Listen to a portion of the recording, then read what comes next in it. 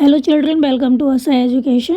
आज हम करेंगे 9th क्लास की हिंदी की किताब स्पर्श का चौथा चैप्टर तुम कब जाओगे अतिथि।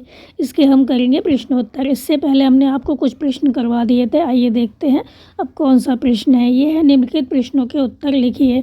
तो ये जो प्रश्न है इनका आंसर लिखना है आपको 50 से 60 शब्दों में। तो इसमें पहला है कौन सा आघात अप्रत्याशित था और उसका लेखक पर क्या प्रभाव पड़ा। तो कौन सा आघात अप्रत्याशित था, जो उन्होंने सोचा भी नहीं था कि ऐसा हो जाएगा, और लेखक पर इसका क्या प्रभाव हुआ। आंसर होगा लेखक सोच रहे थे कि तीसरे दिन अतिथि की भावभीनी विदाई का क्षण आ जाना चाहिए, तीसरे दिन अतिथि को चले जाना चाहिए, किंतु अतिथि ने ऐसा नहीं किया। उन्होंने क्या किया, सुबह उठते ही कपड़े धोने के लिए कहा, मतलब कपड़े धोबी को देने के लिए कहा।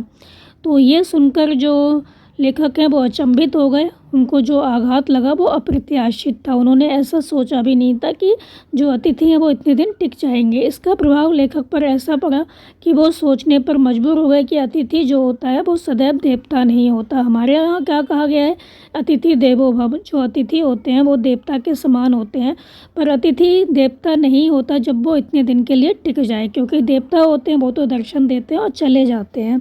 ऐसा अतिथि देवता कहलाने लायक नहीं होता, तो वह मानव और थोड़े अंशों में राक्षस भी हो सकता है। जब मेहमान बहुत दिन तक टिक जाता है तो जो मेज़बान होता है वो परेशान हो जाता है। अब उसको लगता है कि जो अतिथि है जल्दी से जाए। अब उसको जो अतिथि है वो राक्षस के समान प्रतीत होने लगता है, जैसे कि राक्षस होता है वो बैठे बैठे खाता है और सोता है।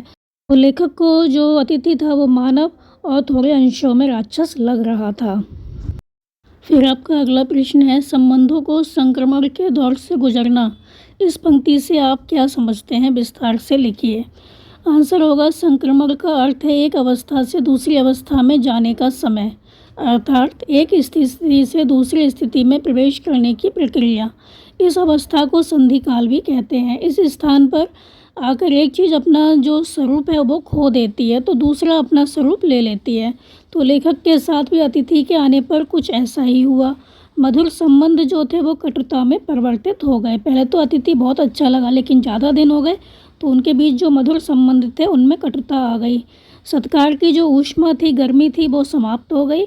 डिनर से खिचड़ी तक पहुंचकर अतिथि के जाने तक का जो सफ़र था बहुत कष्टदायक था। तो डिनर से खिचड़ी तक पहुंचकर अतिथि के जाने का चरम जो क्षण था वो समीप आ गया। घर के लोगों की शांति भंग होने लगी। अतिथि का मन भले ही घर लौटने का ना हो, परंतु उसे अपने घर की ओर चल देना चाहिए। इस प्रकार मधुर स्थितियों की कटुता को उजागर किया गया है। तो यहाँ पर यही बताया गया है कि अगर आप किसी के यहाँ जाते हैं तो ये नहीं है कि आप वहाँ पर डेरा डालकर बैठ जाएं। एक आध दिन रुककर वहाँ से वापस आ जाना चाहिए, क्योंकि एक आध दिन तो अतिथि सम्मान होता है, लेकिन बाद में क्या होता है, जो अतिथि होता है वो बोझ लगने लगता है। अतिथि को ऐसा प्रतीत नहीं होता, उसको तो बहुत आनंद आ रहा होता है किसी के यहाँ जाने में, लेकिन जो मेज़बान होता है वो परेशान हो जाता है। तो संबंधों को संक्रमण के दौर से गुजरना मतलब जो संबंध होते हैं उनमें कटुता आ जाती है। जो पहले मधुर संबंध होते हैं अब वो धीमे धीमे खराब होने लगते हैं। फिर आपका अगला प्रश्न है जब अतिथि 4 दिन तक नहीं गया तो लेखक के व्यवहार में क्या क्या परिवर्तन आए। आंसर होगा जब अतिथि 4 दिन तक नहीं गया तो लेखक के आतिथ्य में कमी आ गई। लंच और डिनर की विविधता कम हो गई। वह उसके जाने की प्रतीक्षा करने लगे, कभी कैलेंडर दिखाकर तो कभी नम्रता की आंखें दिखाकर। स्नेह भीगी मुस्कुराहट गायब हो गई। घर की शांति गड़बड़ाने लगी। समीपता दूरी में बदलने लगी। वे स्टेशन तक छोड़ने जाना चाहते थे, परंतु अतिथि है कि जाने का नाम नहीं लेता। तो यह देखकर लेखक के व्यवहार में निम्नलिखित परिवर्तन आए, जैसे कि खाने का स्तर डिनर से गिरकर खिचड़ी तक आ पहुंचा। वह गेट आउट कहने को भी तैयार हो जाता है। लेखक को अतिथि राक्षस के समान लगने लगता है। अब अतिथि के प्रति सत्कार की कोई भावना नहीं बची, और भावनाएं जो थी वो गालियों का स्वरूप ग्रहण करने लगती हैं। अब क्या होता है, काफ़ी दिन तक जब मेहमान रुकता है तो जो खाने का स्तर पहले था वो अब नहीं रहता। पहले बहुत तरह तरह के पकवान बनाए जाते थे डिनर में, लेकिन अब खिचड़ी बना ली जाती है। उनको लगता है कि जो मेहमान है उसको बाहर निकाल दिया जाए घर से, और राक्षस के समान लगता है अतिथि, और उनके प्रति जो अतिथि है उसके प्रति कोई सत्कार की भावना भी उनके अंदर नहीं है। और अब वो ऐसा लगता है कि इनको गालियाँ दे, घर से बाहर निकाल दे। जो भावनाएं हैं वो गालियों का स्वरूप ग्रहण करने लगती हैं। आपका अगला प्रश्न है निम्नलिखित शब्दों के दो दो पर्याय लिखिए। चांद, जिक्र, आघात, ऊष्मा, अंतरंग। तो चांद का होगा चंद्रमा, शशि, आप कोई भी लिख सकते हैं। फिर है जिक्र, इसका होगा वर्णन, स्मरण, आघात, चोट, प्रहार, ऊष्मा, गर्मी, ऊर्जा, अंतरंग, घनिष्ठ, गहरा। फिर आपका अगला प्रश्न है, निम्नलिखित वाक्यों को निर्देशानुसार परिवर्तित कीजिए। जो कोष्ठक में लिखा है उसी तरह से आपको जो वाक्य है उसको बदलना है। नकारात्मक लिखा है तो नकारात्मक बनाना है, प्रश्नवाचक लिखा है तो प्रश्नवाचक, भविष्यकाल लिखा है तो भविष्यकाल वाला वाक्य बनाना है। तो आइए देखते हैं। इसका आंसर होगा पहले का, हम तुम्हें स्टेशन तक छोड़ने जाएंगे, तो इसको बनाना है नकारात्मक, नेगेटिव। तो हम तुम्हें स्टेशन तक छोड़ने नहीं जाएंगे। फिर प्रश्नवाचक, किसी लॉन्ड्री पर दे देते हैं, जल्दी धुल जाएंगे, तो इसको प्रश्नवाचक बनाना है, क्वेश्चन मार्क वाला। तो क्या किसी लॉन्ड्री पर दे देने से जल्दी धुल जाएंगे। फिर है भविष्यकाल, सत्कार की ऊष्मा समाप्त हो रही थी, सत्कार की ऊष्मा समाप्त हो जाएगी।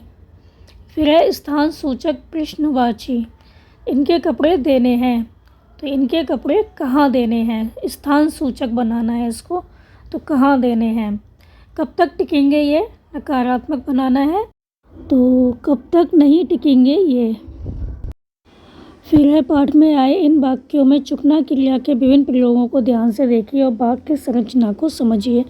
तो आपको देखना है कि चुकना वाले जो वाक्य हैं वो कैसे बनाए हैं। तो तुम अपने भारी चरण कमलों की छाप मेरी ज़मीन पर अंकित कर चुके, चुके आया है चुकना। तो तुम मेरी काफ़ी मिट्टी खोद चुके, आदर सत्कार के जिस उच्च बिंदु पर हम तुम्हें ले जा चुके थे। शब्दों का लेन देन मिट गया और चर्चा के विषय चुक गए। तुम्हारे भारी भरकम शरीर से सलवटे पड़ी चादर बदली जा चुकी है और तुम यहीं हो। तो ये सारे वाक्य हैं जिनमें कि चुकना क्रिया का प्रयोग हुआ है। तो आपको इस तरह के जो वाक्य हैं वो देखना है, समझना है। इसमें आपको यही देखना है कि जो चुकना शब्द है उसका किस तरह से प्रयोग होता है। जैसे तुम मेरी मिट्टी काफ़ी खोद चुके, मतलब तुमने मेरी मिट्टी काफ़ी खोद ली है अब तक। आपका जो अगला प्रश्न है वो भी इस तरह का ही है। इसमें तुम शब्द का जो प्रयोग हुआ है उस पर ध्यान देना है। तो आपको देखना है कि तुम का प्रयोग कैसे हुआ है। जैसे कि लॉन्ड्री पर दिए कपड़े धुलकर आ गए और तुम यहीं हो। तुम्हें देखकर फूट पड़ने वाली मुस्कुराहट धीरे धीरे फीकी पड़कर लुप्त हो गई है। तुम्हारे भारी भरकम शरीर से सरवटे पड़ी चादर बदली जा चुकी है। कल से मैं उपन्यास पढ़ रहा हूँ और तुम फिल्मी पत्रिका के पन्ने पलट रहे हो। भावनाएं गालियों का स्वरूप ग्रहण कर रही हैं और तुम जा नहीं रहे। फिर आपका अगला प्रश्न है, अतिथि देवो भव उक्ति की व्याख्या करें तथा आधुनिक युग के संदर्भ में इसका आंकलन करें। आंसर होगा, इस उक्ति का अर्थ है अतिथि देवता के समान होता है। यह उक्ति पहले समय में काफ़ी ठीक रही होगी। आधुनिक युग में ये उक्ति उचित प्रतीत नहीं होती है कि जो अतिथि होता है वो देवता के समान होता है, क्योंकि आजकल क्या है, लोगों के पास ना समय है तो ना पैसा है इतना। तो वे अतिथियों के स्वागत सत्कार के लिए समय कैसे निकालें। आज के लोग कमाने, व्यापार बढ़ाने, कैरियर बनाने, पढ़ने पढ़ाने में अधिक ध्यान देने लगे हैं।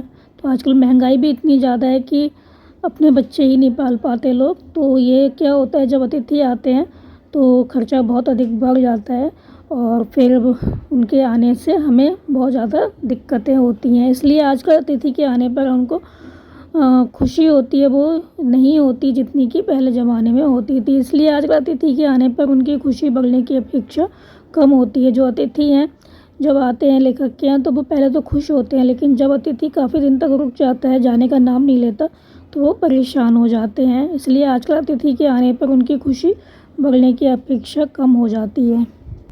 फिर आपका अगला प्रश्न है, अतिथि के अपेक्षा से अधिक रुक जाने पर लेखक की क्या क्या प्रतिक्रियाएं हुई। लेखक ने नहीं सोचा था कि जो अतिथि इतने दिन रुकेगा, उन्हें क्रम से छांट कर लिखी है। तो पहला है, दूसरे दिन मन में आया कि बस इस अतिथि को अब और अधिक नहीं झेला जा सकता। फिर तीसरा दिन हुआ तो तीसरे दिन उसका देवत्व समाप्त हो गया, वह राक्षस दिखाई देने लगा। जो अतिथि था वो राक्षस लगने लगा। और चौथे दिन क्या हुआ, चौथे दिन मुस्कान फीकी पड़ गई, बातचीत रुक गई, डिनर का स्थान खिचड़ी ने ले लिया। मन में आया कि उसे गेट आउट कह दिया जाए। तो धीमे धीमे जो अतिथि था उसका मान सम्मान ख़त्म होता जा रहा था। अब खाने पीने का भी इतना ध्यान नहीं रखा जा रहा था, बातचीत भी नहीं होती थी उससे इतनी ज़्यादा। पहले मुस्कुराते थे, हंसते थे, बैठते थे, अब वो आपस में बैठ के बातचीत भी नहीं कर रहे थे। अब मन कर रहा था लेखक का कि उनको घर से बाहर निकाल दिया जाए।